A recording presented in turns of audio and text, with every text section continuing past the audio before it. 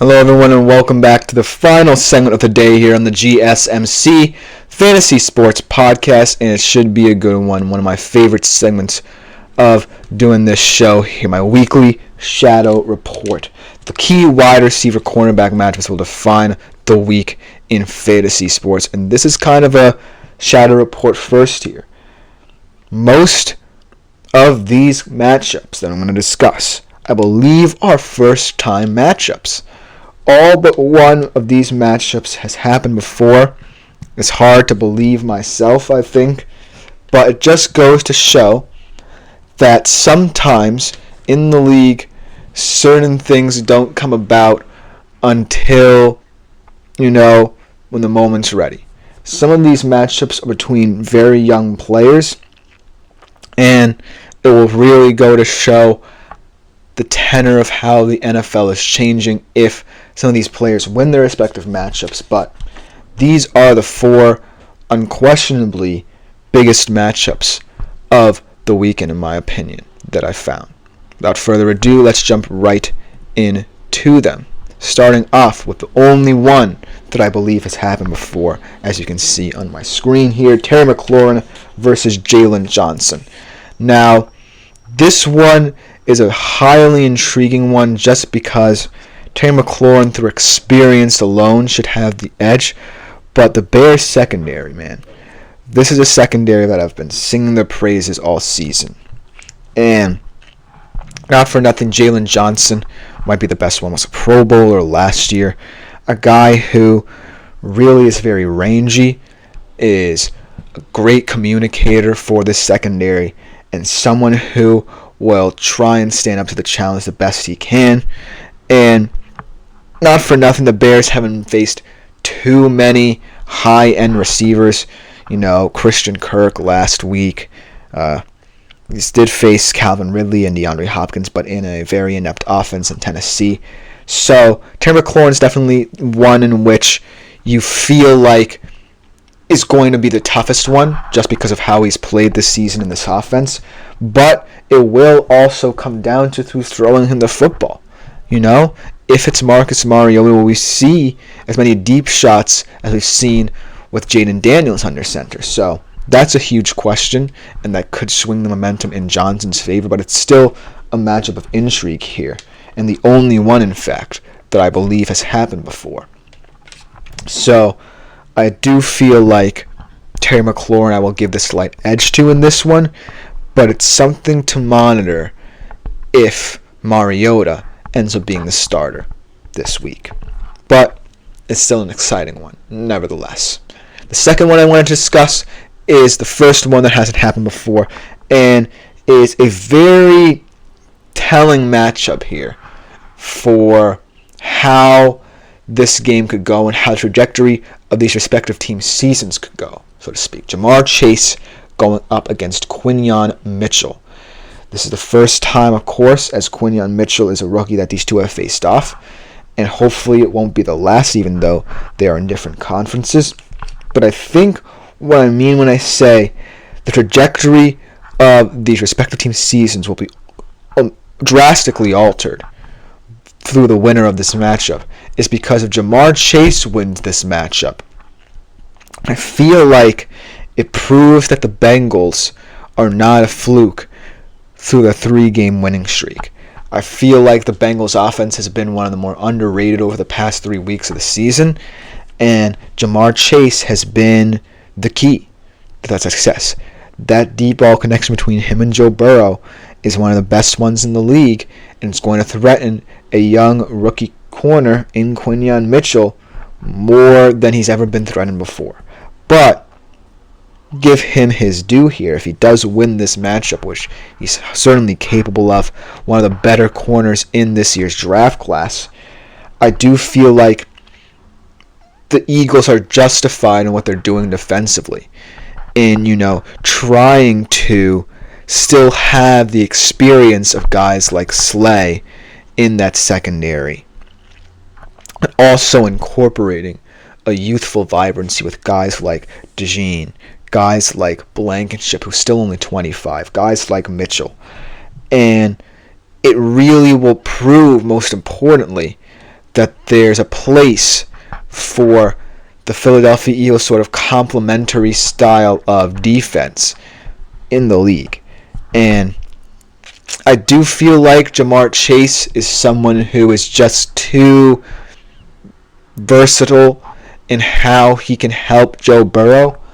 But Quinion Mitchell is someone who I believe in these matchups down the road will gain much needed experience through his play with established veterans and will learn how to take on these matchups through that much needed experience. And in the future, potentially a couple years down the road, if they ever face each other again, he might come out on top in this matchup. So this is an interesting matchup for the future of these two players, these two teams, these two seasons in a monumental fashion.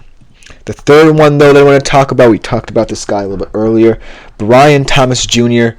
going up against Eric Stokes. And this is a matchup that I don't believe will happen that often because it will depend on where the Jacksonville Jags align Brian Thomas. But he is someone who I feel like will need to take advantage of the weaknesses in the Packers secondary. And if there's any weaknesses, it lies in Eric Stokes. Definitely not the best coverage guy. So if the Jags can exploit that, give Trevor Lawrence time in the pocket, we'll see a lot of deep shots for Jacksonville this week. But then on the defensive side of things, I think there are ways to account for some of Stokes' ineptitudes in terms of the Sky's coverages.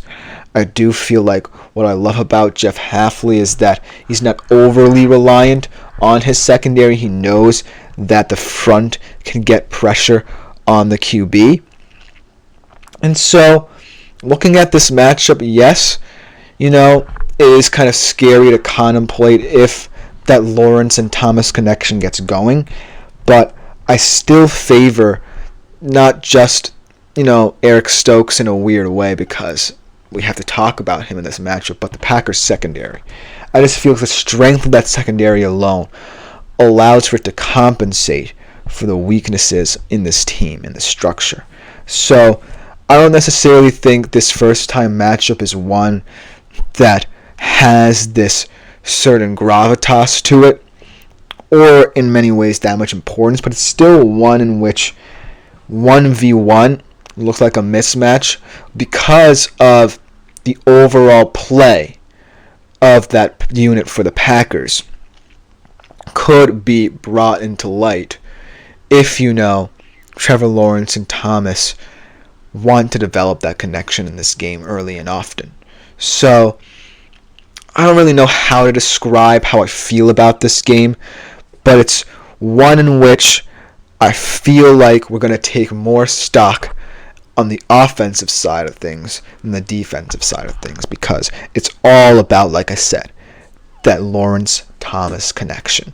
And if it's not going in this game, I don't think it will be going in many more games as the Jags have one of the toughest stretches. Let me pull it up, actually, to kind of hammer home the importance of trying to develop this QB wide receiver conversation. They play the Packers, the Eagles, the Vikings, the Jags.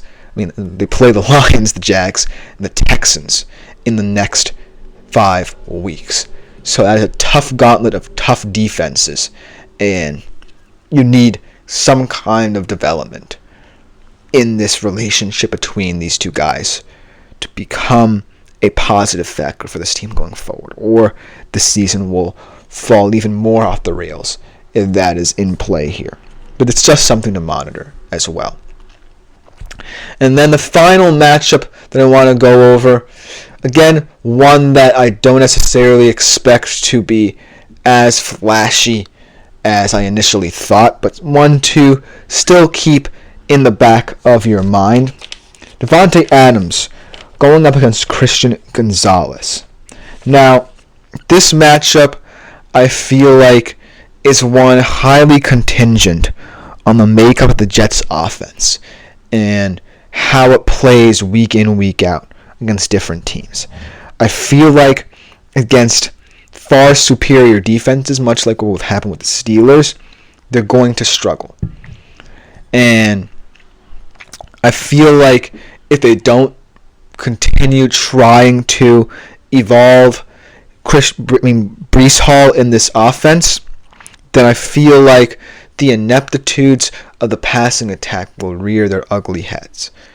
And I feel like this Adams trade was more of a panic than a great pickup because of the fact that, there's already this tension, already this disconnect between Rodgers and the previous star players who were already there for him in Hall and Wilson. And I don't necessarily think that will be too much of a problem. The problem will be, can Aaron Rodgers keep up with trying to incorporate new things and new ideas to really make everyone happy? Because I do feel like at this point, it's Rodgers' team to do with what he wants in some regards. And so if he doesn't, start realizing, well, okay, they can bring in as many players for me as they like, but I've really got to decide whether or not this offense has any juice to it, then I really can't say. But this particular matchup is one that's really intriguing because Christian Gonzalez has faced a lot of high-end receivers this year, held up admirably in a lot of his matchups. Someone who came back from injury, missed most of his rookie season last year due to a torn ACL, and is someone who I really admire for his aggression in what's looking to be a Pats defense with not a lot of hope and optimism surrounding it. In fact, getting called soft by their own coach, his own words, not mine.